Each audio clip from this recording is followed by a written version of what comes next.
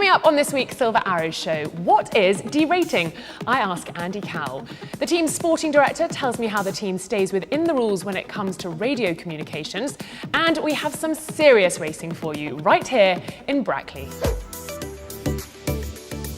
In Baku, we heard a lot about D-rates over the radio and Lewis reporting a lack of power. So I want to get to the bottom of what a D-rate is. Andy Cowell, please can you explain? I can have a go. So a D-rate is when we reduce the power of the total power unit, and specifically when the MGU-K turns off. So you've done some lovely drawings for us on the board here. Can you explain what each of these show and how it affects the car lap by lap and the driver? So this is 3 traces, so throttle pedal, so right-hand pedal for the drivers. And what I'm showing here is that it's coming into a corner, so at full throttle, lifts off, he'll go onto the brakes as well, off the pedal for a while, and then when he's got enough grip, wants to accelerate out of the corner, will progressively come back on the pedal, again full throttle and down the straight. Now this traces the car velocity, so V-car, so it's going quick, comes off the pedal, car slows down, gets enough grip, and then the car accelerates out. The velocity increases, the gradient's steeper to start off with, and then it tails off as the aerodynamic forces balance out with the propulsion. And then at the bottom, the interesting bit, the MGU-K. So I've put a centre line, a 0 line on, going down the straight when the car's being propelled along, because the driver's asking the car to go as fast as possible. It's at the maximum 120 kilowatts, the 160 horsepower that I mentioned before.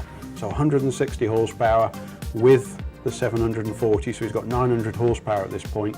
He comes off the pedal, it drops down, but it drops down to minus 160 horsepower because the MGU-K then is braking, helping slow down the rear axle of the car. Then as the driver comes back on the pedal, it swaps back up, pushes the car along. Now what I've shown here is a fairly typical profile that you'd see between turn 2 and turn 3 at Baku. The driver's at full pedal, but we've run out of electrical energy, 2/3 of the way along that straight. You want to propel the car as much as possible in the early part of the straight because you want to get the car velocity up as quickly as possible. Lap time's all about accelerating the car as hard as possible at the first part of the straight. It derates, so that is an MGU-K derate. That's what I'm looking for, the famous derate. Exactly. So that's typical. Exactly. Let's find out what was happening then, because there was a problem, it was derating early. So what did that mean for each of these diagrams? So for each of these, the drivers had got the same demand on the car, so their pedal trace was exactly the same. The V-car trace would have been the same, apart from we had an early derate. So we'd incorrectly set up one of the calibrations for one of the engine modes.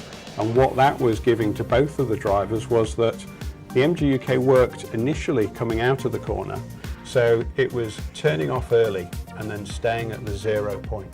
And what you then end up with is at that point, the car velocity is like that. You've still got the power of the engine, but what you've lost is the power of the MGU-K. So you're 160 horsepower down. So as the driver's going along, he's expecting it to carry on accelerating to get him up to this sort of speed before the K cuts out. Frustrating for a driver. The full interview on derating with Andy Cowell will be coming soon, so make sure you subscribe to the channel.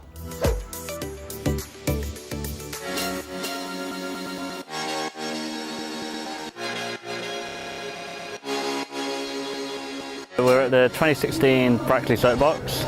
Last year was great, we had a brilliant success, we came first. Our driver this year is Amber Morris. There's myself, Ollie, Isaac and George.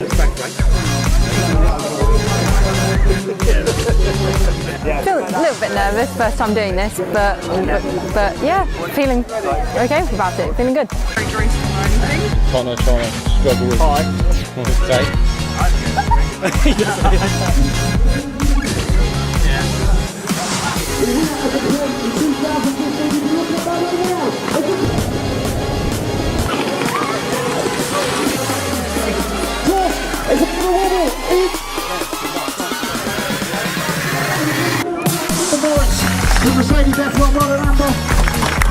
it was good overall. Bit of a letdown that we came where we did, but overall it was a good day. The European Grand Prix in Baku put radio communications back in the spotlight. So I'm joined by Ron Meadows, the team's sporting director, who deals with race control during a race weekend. Ron, welcome to the Silver Arrows show. Can you explain a little bit about the restrictions on radio communications this year, please?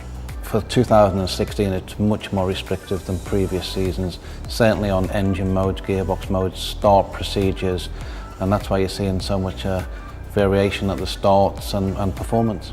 How has that affected the team on a race weekend during the race? What's the process you have to go through now? Well, if we need to say something which is not within the regulations, we need to speak to race control. And on the pit wall where I sit, there's an intercom panel directly to race control and Charlie Whiting, and we'll make requests, which we need to show him that this is safety critical, or that there's a good chance of the car not finishing if we don't do this various communication to the driver, and he'll make a call. And what sort of timescales are we talking? Because we're dealing with split seconds out on track. How fast can you get those communications back from race control? Well, first of all, we need to make sure that we don't blurt something out on the radio to the driver that could get us in trouble. So once we've realised and we understand what the problem is, then we need to go to Charlie and send him a data sheet of where we are, and speak to his various engineers from our side and the FIA, and then see what course of action we need to take to fix the problem. And so looking at Baku as a prime example, how were you dealing with that? Were you talking to people on the pit wall and back in the garage as well? Because the race engineers don't sit with you on the pit wall. Not just there, we're obviously speaking to people at Brixworth and Brackley, and also at the back of the garage and the race engineers, and between us we were trying to figure out what the issue was. Once we understood it, then it was trying to communicate that to Lewis. Is there anything you can do as a team to be better prepared for instances like that, looking ahead to the forthcoming races? It's just a better understanding of the regulations, and also what you can actually ask, because it's quite subjective at the moment, and it's impossible to make a complete list of what you can say and what you can't say.